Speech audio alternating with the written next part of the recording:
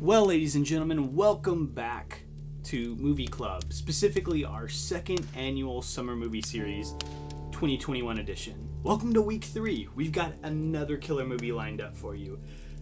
And I was just in the floor because I was tired of sitting in the chair for 3 weeks in a row, so to make it less awkward, I'll just get back in the chair, okay? So welcome back. We have now covered 2 fantastic movies already on our summer movie series this year. Namely, Close Encounters of the Third Kind, which is my personal favorite Steven Spielberg film, and a very queer-centric, fantastic horror film from last year that just so happened to be my second favorite movie of 2020, Freaky, from director Christopher Landon. Tonight's film, well, sort of in the same genre as Freaky, is in a different subgenre altogether. But, you know, the rules are 5-minute timer, and we talk about this movie. Here we go. Tonight's film is another fantastic pseudo-horror film from director James Byrkit. This is the 2014 sci-fi thriller that is Coherence. Coherence is about 8 friends who get together for kind of a reunion dinner, and then after a comet passes overhead, things change quite dramatically. But what's most impressive for me, at least, about this film is its $50,000 budget. Not only is that a minuscule budget that for most movies is just impossible to pull off, this film makes perfect use of its constraints and its limited budget and its limited location to tell a really compelling and really well-made sci-fi story. For me, at least, it feels like an elongated Twilight Zone episode. And I mean that in the best way possible, because most of the best Twilight Zone episodes, I wouldn't mind if they went on for 2 hours. But typically they mine a very specific idea, a very specific fear, or a specific, political motive, and tackle that. Coherence does that also extremely well. And that's why I think it's such an interesting pick from our friends and club members, the Mahavsas, specifically Jacob and Kate Mahavsa. This is at least one of Jacob's favorite films, and he shared it with me when I was still living back in Huntsville. To be honest, this film has really yet to leave my mind. I think about it every couple months, and I always want to return to it. One of the other things that's fascinating is the director's wife was actually pregnant and due to go into labor pretty soon when they started making this film. So he had another big incentive to get this movie done quick, because not only were they trying to do it cheap, they were trying to do it extremely fast, so that way he could be there for the birth of his child. Luckily, everything worked out, and we also got a really cool movie out of it. Now, some losers might try and tell you that this movie's not horror, but the fact that it's on Shudder tells me at least it's horror adjacent. And I would argue a sci-fi thriller is just yet another subgenre of horror. I've done that before in a really old episode if you want to go check out my 5-minute rant on that. While there is a bit of debate about whether or not Get Out is a thriller or a horror movie, I'd like to talk about for a second why I don't think that argument is very important. You see, thriller by definition is a subgenre of horror, meaning that it is part of a larger genre. Thriller typically is a much more grounded horror movie that surrounds itself with much more realistic terror, such as home invasion or serial killers. That's why films like The Silence of the Lambs, the only horror film to ever win Best Picture, is among the thriller genre.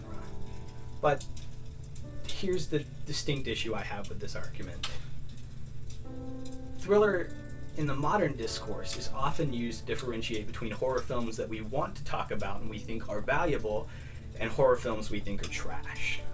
Instead of trying to understand the artistry behind both camps, between the whole genre and this subsection of genre that we like to lift up and value more, we make this distinction and essentially create a high art, low art dichotomy, which is not important and not a valuable use of time, because both types of art, high art and low art, deserve critical reasoning, critical discussion.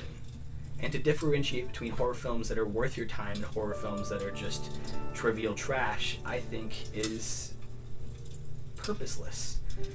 And it just goes to prove the bias that the Academy and other groups that vote on these things, vote on which films deserve recognition, the bias they have against the horror genre as a whole. They have to completely redefine a word in order to say this film is valuable. Get Out and The Silence of the Lambs and all those other films I mentioned that have been nominated for Best Picture before aren't just thrillers. They're part of the horror genre, and to make that differentiation essentially says that these films are worth lifting up while the rest of the genre is complete trash. And I don't buy that, because I've seen quite a few good horror films, especially in recent memory, and even digging back into the origins of this genre. And so I think it's trivial and purposeless to continue this discourse, because more often than not, they're doing it in bad faith. They're deciding which films are worthy to be a part of critical canon and which films will be disregarded by history. So the next time you hear someone use those terms, thriller, and say that they're much better than horror movies, remind them that thriller is a subgenre of horror. They maybe have a preference for thriller films within the larger horror genre, but they still like horror movies. If they dismiss your argument and don't listen to you, just know they're intending to have a bad faith argument. You do not have to argue with them. That's not important for now because I don't have 5 minutes. What is important is that this cast of characters seems to be, at least from the outset, pretty normal, until there's a couple conversations that seem to derail, and certain people don't seem to remember certain things that, should make a ton of sense. But quickly, after the comet passes overhead, even more things go weird.